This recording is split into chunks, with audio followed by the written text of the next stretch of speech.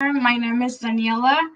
Uh, this is my second year here at Southwestern Community College.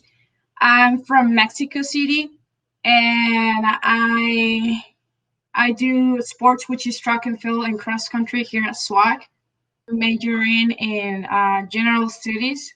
My name is Madison Tennyson. I am also a second year at SWAC. I am a arts major and I am going into graphic design. I think, Madison, you mentioned that Daniela is the team leader. Is that right? Yes. Okay, great. Daniela, could you tell me how you got this team into Invent Oregon? Yes, I was involved in a class, which is Art 117 with Mr. Fritz.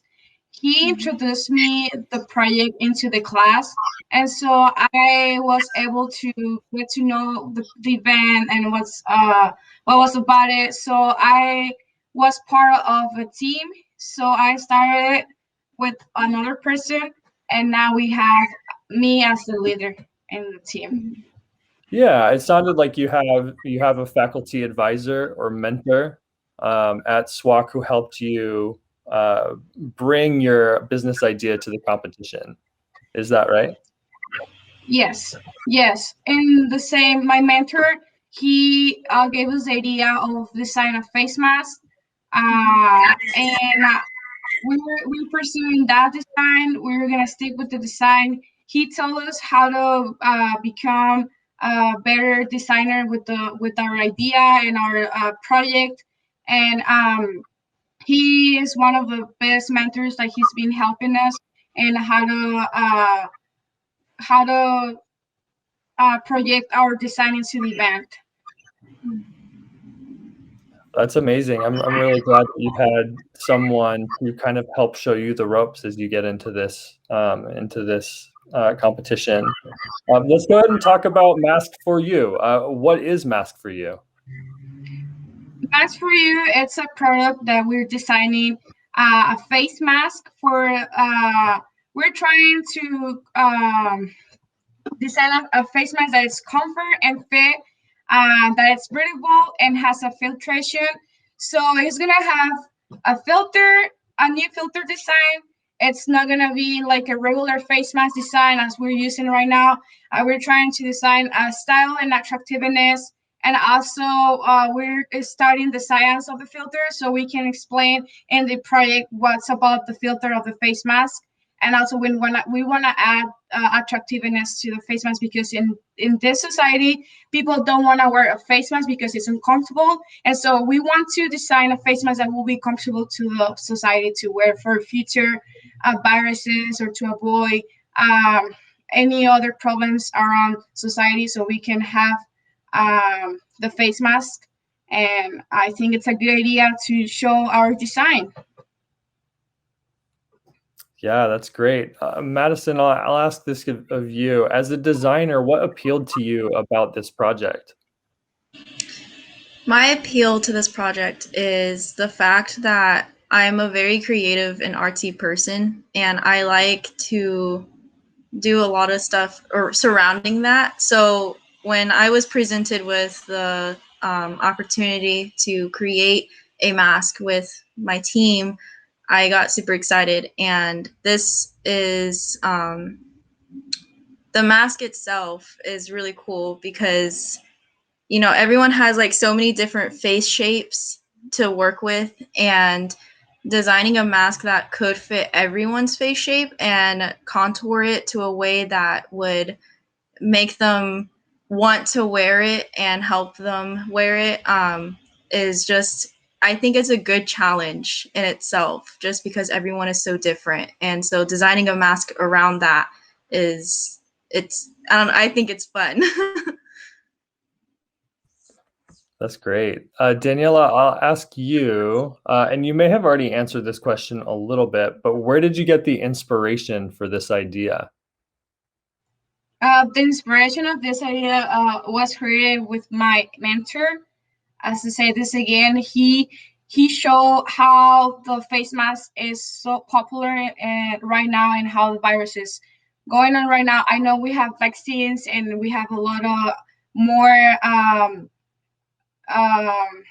vaccines and stuff to protect the virus, but we still want to avoid viruses and other facts. So we're still sticking with the idea of having an invention of a new face mask, and I think it will be cool to be inspirational and just keep going and just try our best for this design. Great. You've talked a little bit about vaccines and about viruses, but can you talk a little bit more about why Mask2U is important right now? What problem does it address? The problem that we'll address is it will help avoid the the boy having a filter, so it can make more breathable to the face mask. Is going to help society to feel more comfortable with face masks, and also with only viruses and with the virus going on, but with in general. It can be for sports, it can be business professional. We're trying to add this face mask design for everyone. So we're trying to target more for one size face mask. I know there's face masks for kids, for sports, for business, but we're trying to add a face mask that will help people to have, as Madison says about, we're gonna try to target the shapes of the faces. I know that everyone has different size of shapes of faces, so we're trying to adjust the face mask and has filter and is adjustable. So I think the problem and the face mask right now is that people don't feel comfortable wearing types of different face masks because they're not designed for them, and that's why we're trying to target on that. If I'd like to add to that.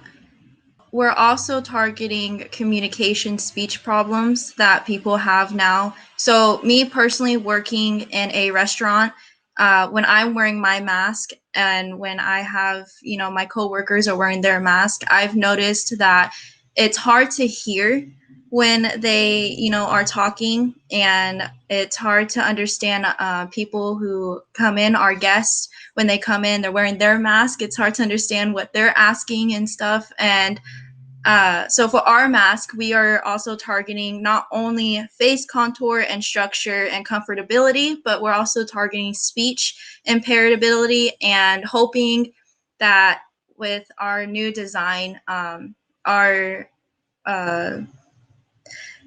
people basically in general who want this mask, they will be able to speak and understand everyone around them, and hopefully we can make that happen. Yeah, that makes sense, and I can definitely identify with that problem. Obviously, wearing masks everywhere up here in Portland. I talk quietly, typically. Nobody understands what I'm saying. It's really hard to communicate. But it sounds like there are two things that you're trying to address. Daniela, I'll ask you first. Addressing the shape of people's faces. Does that mean that Mask2U is customizable? Yes, we're trying to target in that because we're trying to target a face mask that will be comfortable for everyone, that fits for everyone, that's breathable and has a filtration, not only helping to communication, but we're gonna try for fog resistance, that it doesn't fog for people who wear glasses. I think that's a good idea that we're trying to target. So will you have one mask that fits everybody, or different masks for each individual face?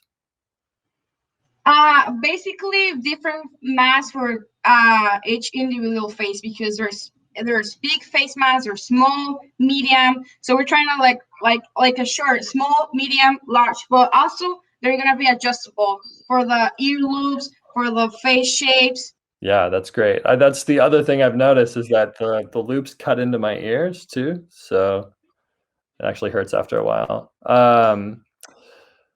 Yeah, that's great.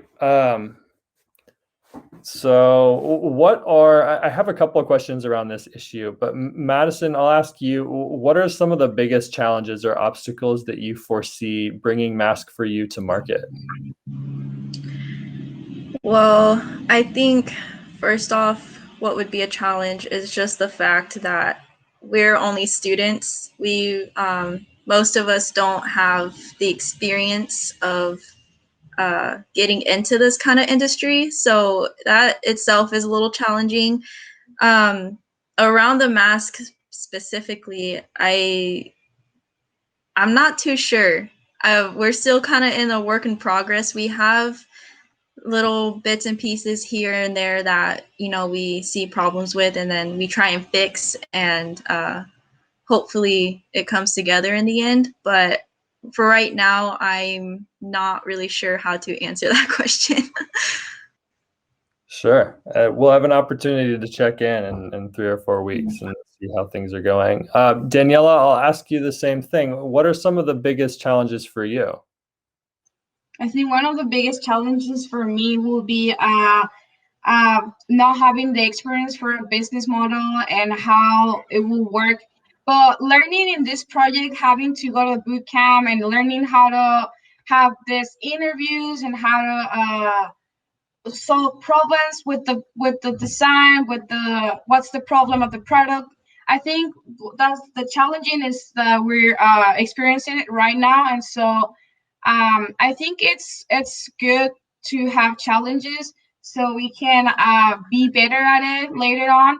So I think one of the challenges in the business will be how to like work with everything outside of school and in business industry. We're still trying to learn how to pursue this project to business industry. Now, can one of you remind me where SWOC is located? Is it off the coast or is it inland? It's located at Coos Bay, Oregon.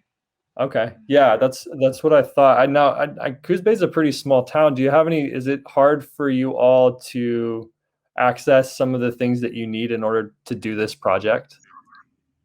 Yes, in order to pursue this project, we have to travel to big towns as Eugene, Portland, or Roseburg. Because in Coos Bay, there's no big business or big industries that we can look for.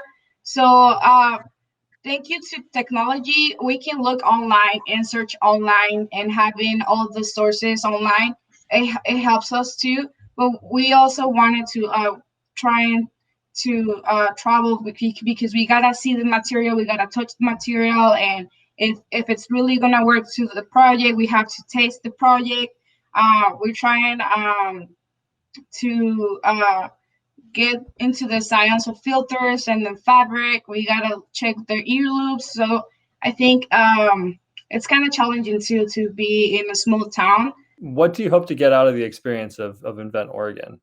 Well, personally, I'm actually just glad to be involved in it, to be involved in a team, because I came here from California. I moved here like 2 years ago. I didn't know anybody, and now I know Daniela and Mai, and I met, Max recently, and it's nice now to have people like around my age that I can actually just communicate with, and we're all here just learning how to be a team and to put our heads together to create something that will benefit us in the future and benefit future generations as well.